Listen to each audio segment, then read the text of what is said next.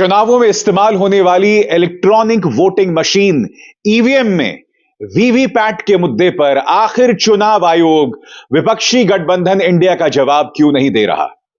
और आज बोल के लब आजाद है तेरे में दूसरा मुद्दा होगा, आखिर भारतीय जनता पार्टी नफरती नेताओं का साथ क्यों देती है, हिंसा का समर्थन क्यों करती है। और यह अपने आप में एक बहुत ही शॉकिंग स्टडी है।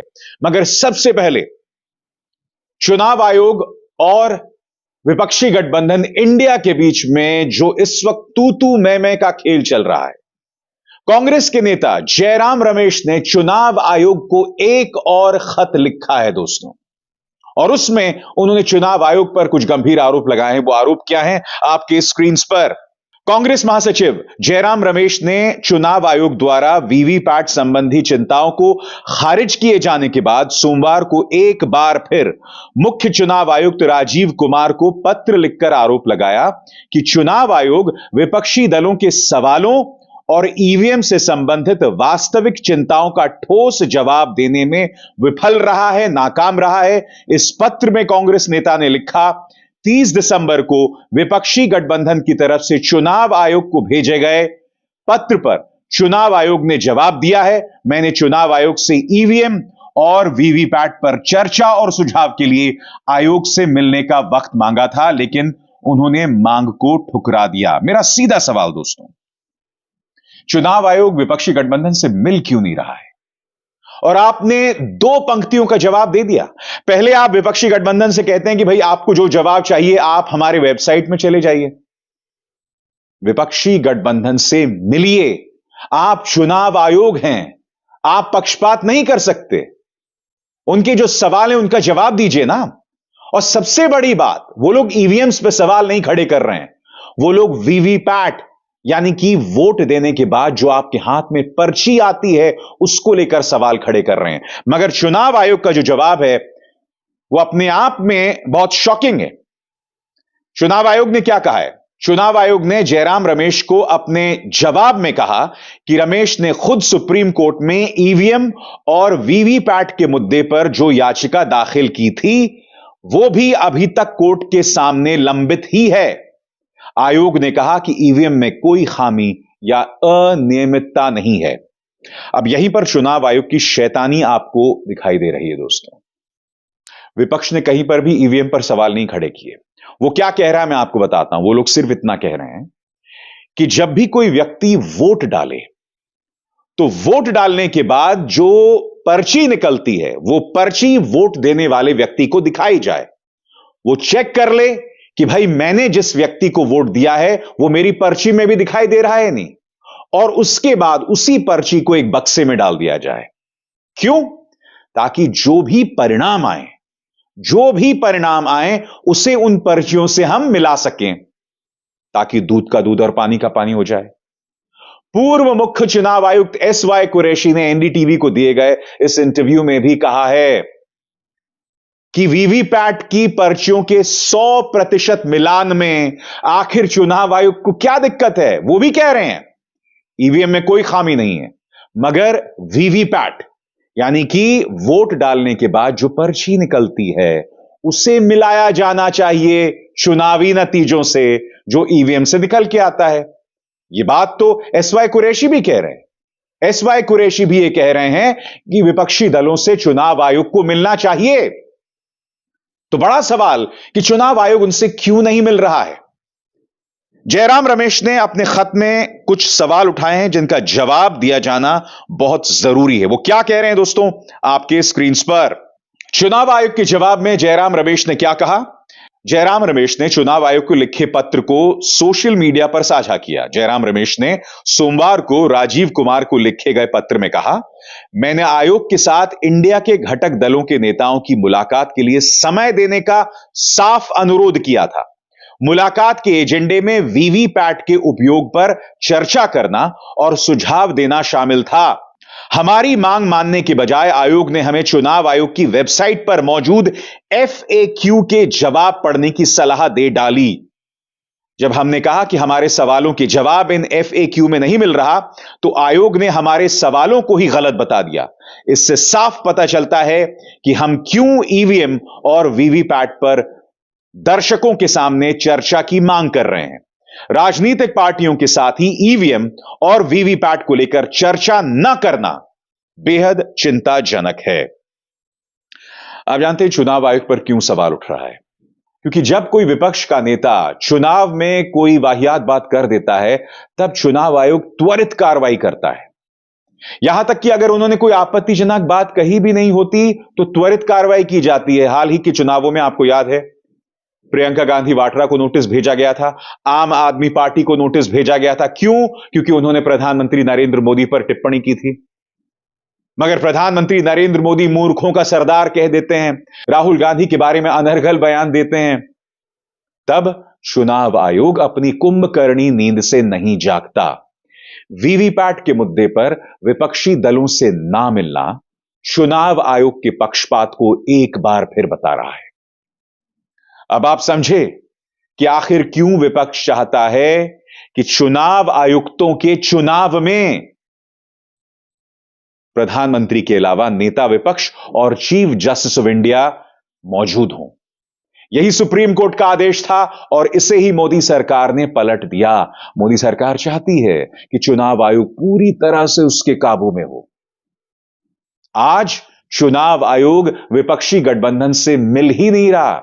मैं यही तो समझना चाहता हूं कि ऐसा आप क्या कर रहे हैं जिसके चलते आप विपक्षी दलों से नहीं मिल सकते। चुनाव आयोग का काम है कि चुनाव की जो प्रक्रिया है वो सुचारू ढंग से चले। वीवीपैट की पर्चियों को गिनने में, उनका ईवीएम से निकले नतीजे से मिलान कराने में आखिर क्या प्रॉब्लम है चुनाव आयोग की? इसके लिए आपको सुप्रीम कोर्ट जाने की जरूरत नहीं है। विपक्ष सुप्रीम कोर्ट इसलिए गया है क्योंकि आप उन्हें सुनने को राजी नहीं हैं। आपको कई सवालों के जवाब देने हैं। पहले सवाल का यह जवाब देना है कि जब वोटिंग हो जाती है तो ईवीएम की मशीन्स जो होती हैं वो चुनाव आयोग की निगरानी में क्यों नहीं होती हैं? केंद्र सरकार के अंतर्गत आने वाले जो पैरामिलिट्री फोर्सेस हैं उनकी निगरानी में क्यों होती है? बड़ा सवाल यह भी कि सोर्स कोड, हर ईवीएम मशीन का एक सोर्स कोड होता है जिससे चुनावी नतीजे बदले जा सकते हैं। वो सोर्स कोड चुनाव आयोग के पास क्यों नहीं होता? बताइए। रक्षा मंत्रालय के अंतर्गत आने वाली 2 एजेंसीज के इंजीनियर्स के पास वो सोर्स कोड होता है, क्यों?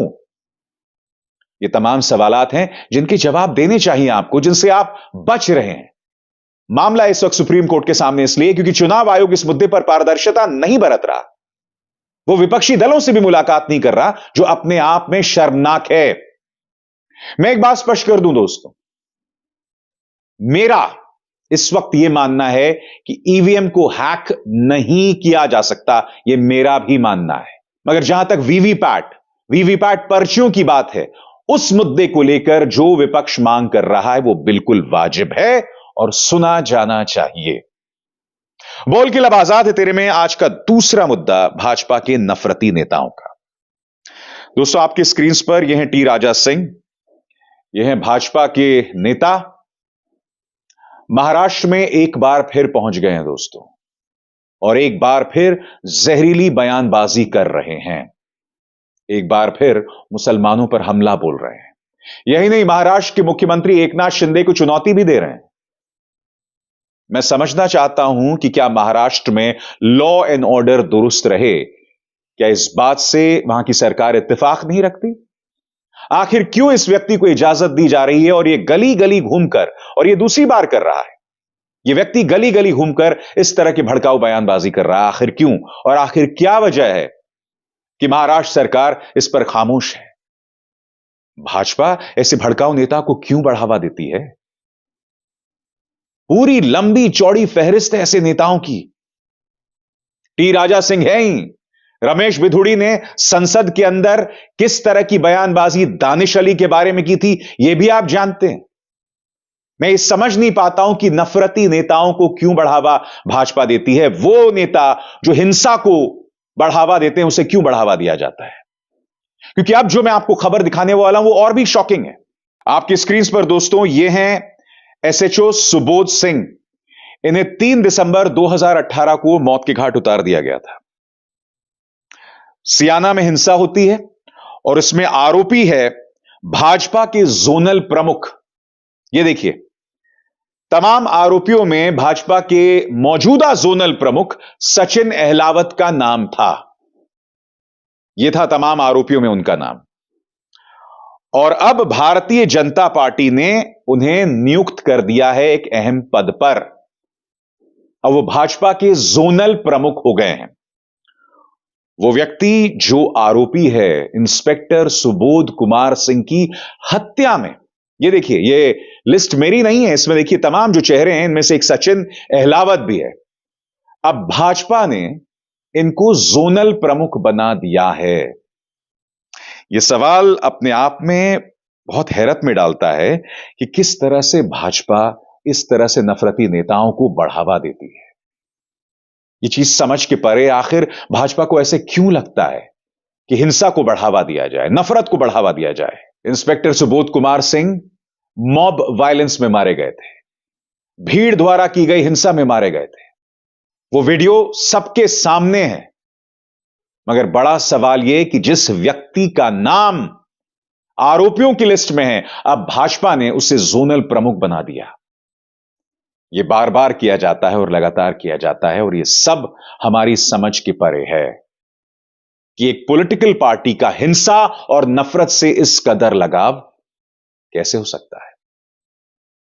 मैं उम्मीद करूंगा कि भारतीय जनता पार्टी इस पर विचार करेगी, क्योंकि मैं जानता हूं कि हर चीज को आप चुनावों के साथ जोड़ते हैं। बिल्किस बानो के हत्यारों को भी आप इसलिए रिहा कर देते हैं क्योंकि आपको लगता है कि उन्हें रिहा करने से आपको वोट्स ज्यादा मिल जाएंगे। यह कहीं ना कहीं सभ्य समाज के चेहरे पर भी तमाचा है कि वो बलात्कारियों को बर्दाश्त कर रही है, हत्यारों को बर्दाश्त कर रही है, हत्या के आरोपियों को बर्दाश्त कर रही है, और नफरती भाषण देने वाले नेताओं को बर्दाश्त कर रही है, जैसा कि राजा सिंह, जिसकी मिसाल मैं आपको दे चुका हूं। मैं उम्मीद करूंगा, और मैं जानता हूं यह उम्मीद ही बेमानी है, भाजपा इस पर आत्ममंथन करेगी। अभिसार शर्मा को दीजिए इजाजत। नमस्कार।